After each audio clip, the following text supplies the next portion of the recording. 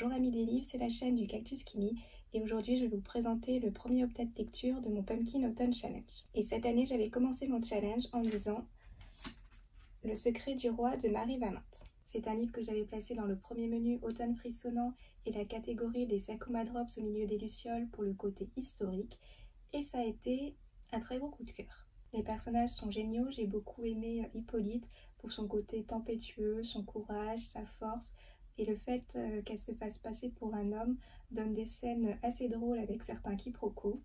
James l'Écossais est plus sérieux, comme il le dit lui-même, lui c'est la tête et Hippolyte les jambes, donc ils font un binôme assez complémentaire. Puis j'ai eu aussi un très gros coup de cœur pour Olympe, une esclave noire qui s'est affranchie. J'ai adoré son altruisme, sa gentillesse, son indépendance et le fait qu'elle aussi, elle cache un petit secret.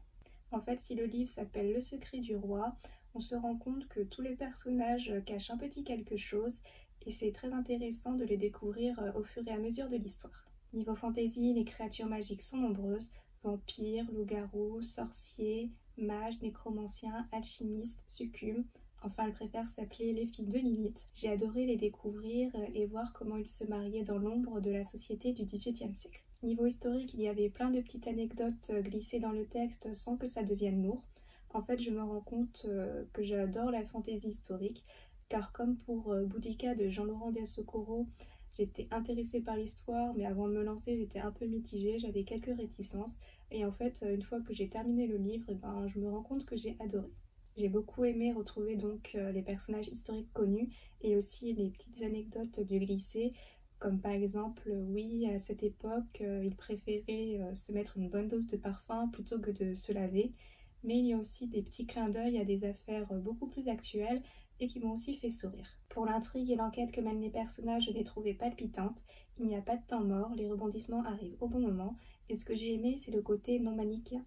Il y a les alliés, il y a les ennemis, mais il y a aussi des alliés qui deviennent des ennemis et des ennemis qui deviennent des alliés. Bref, un très bon mélange pour tenir le lecteur en haleine. Le deuxième livre que j'ai terminé, c'est Les Oiseaux du Temps de Amal El-Mohtar et Max Flaxstones.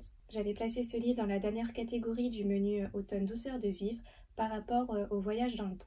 Là aussi, ça a été une très bonne lecture, même si un peu déroutante au début. Entrer dans le récit a été un peu difficile parce que j'avais du mal à discerner les deux camps, entre l'agence et le jardin. Leur guerre est plutôt étrange et j'avais surtout du mal à discerner leur objectif. Et pour être franche, même après avoir terminé le livre, je ne suis pas sûre d'avoir réellement compris quel était le but des deux camps. Il y a un camp qui a l'air d'être plus dans la technologie et l'autre plus dans la nature. Je me dis que c'est peut-être ça qui a donné naissance à leur opposition.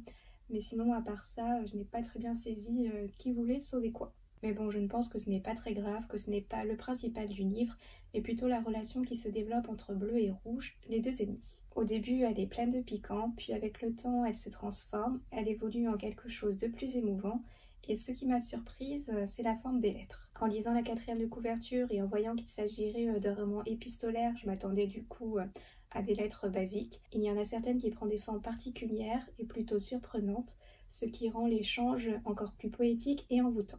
Après cette lecture, je comprends mieux pourquoi ce livre a reçu autant de prix. Il est très intriguant, avec une histoire qui est pleine de petites originalités.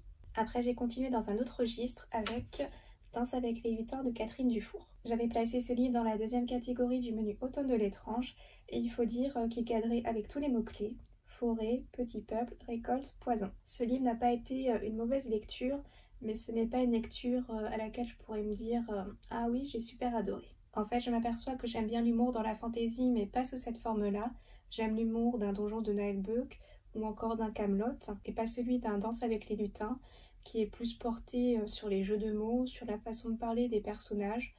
Les blagues ne m'ont pas touchée. Par contre, le roman traite de pas mal de sujets qui font écho à notre société, et je comprends le choix de l'auteur de traiter ça via de la fantaisie humoristique pour apporter quelque chose d'un peu plus léger. Parce qu'en soi, tout ce qui se passe dans ce roman n'a absolument rien de joyeux. Terrorisme, racisme, maltraitance, détérioration des ressources et de la nature, dérive de notre mode de société économique et sociale. Donc même si je n'ai pas accroché avec l'humour de l'auteur, j'ai aimé comment elle a mélangé ça avec des sujets plus délicats. Ça reste une bonne satire, Catherine Dufour a une bonne imagination. Elle nous offre un monde avec une multitude de créatures féeriques et de croisements en tout genre qui donnent des personnages plutôt cocasses. Une lecture qui ne tombera pas dans mes favorites, mais que je suis quand même contente d'avoir lu, car le voyage était quand même intéressant. Et pour terminer cette update lecture, je vais vous parler de Vers de lierre de Louise Lebar. C'est un livre que j'avais placé dans la dernière catégorie du menu Automne de l'étrange pour ses mots-clés conte, gothique, sorcière, macabre, disparition, sauvetage. Il rentre à peu près avec tous ces mots-clés. Ça a été une lecture envoûtante, passionnante, un conte gothique qui mélange nature, sorcellerie et écriture. Vraiment plein de domaines que j'adore et que j'aime retrouver dans les livres. Et il y a un petit détail, c'est que dans ce livre, en fait, deux romans se mélangent, car Olivier, le personnage principal qui est déjà écrivain, va rencontrer un autre personnage qui écrit un livre. Et donc Olivier va vouloir lire ce livre. Et on va suivre donc à l'intérieur de l'histoire une autre histoire. Et l'histoire qu'écrit le personnage fait écho à l'histoire du livre, ce qui le rend encore plus intriguant. J'ai adoré en apprendre plus sur la légende de ce livre, Le Ver de Lierre. Quand j'avais pris ce livre et en voyant que ça parlait d'un vampire végétal, je m'étais fait une certaine idée, une certaine image dans ma tête. Et en fait, ça n'a rien à voir. Et du coup, c'est très rafraîchissant. J'ai aussi adoré la fin de l'histoire. Je l'ai trouvée super belle, envoûtante et poétique, à l'image de l'ensemble de l'histoire. J'ai aussi bien accroché avec le style d'écriture de Louise Lebar. Elle parvient à nous embarquer dans ce petit village plein de mystères, avec un style aussi fluide que prenant. Vraiment une très belle découverte. Donc voilà pour ce premier update lecture pour mon Pumpkin Autumn Challenge. Pour l'instant, une lecture mitigée sur 4. Donc ça va, ça commence plutôt sur une bonne lancée, en espérant que ça continue comme ça. Je vous remercie d'avoir visionné cette vidéo. Et si vous souhaitez faire plaisir à Cactus, n'hésitez pas à liker, partager ou vous abonner. A bientôt et prenez soin de vous.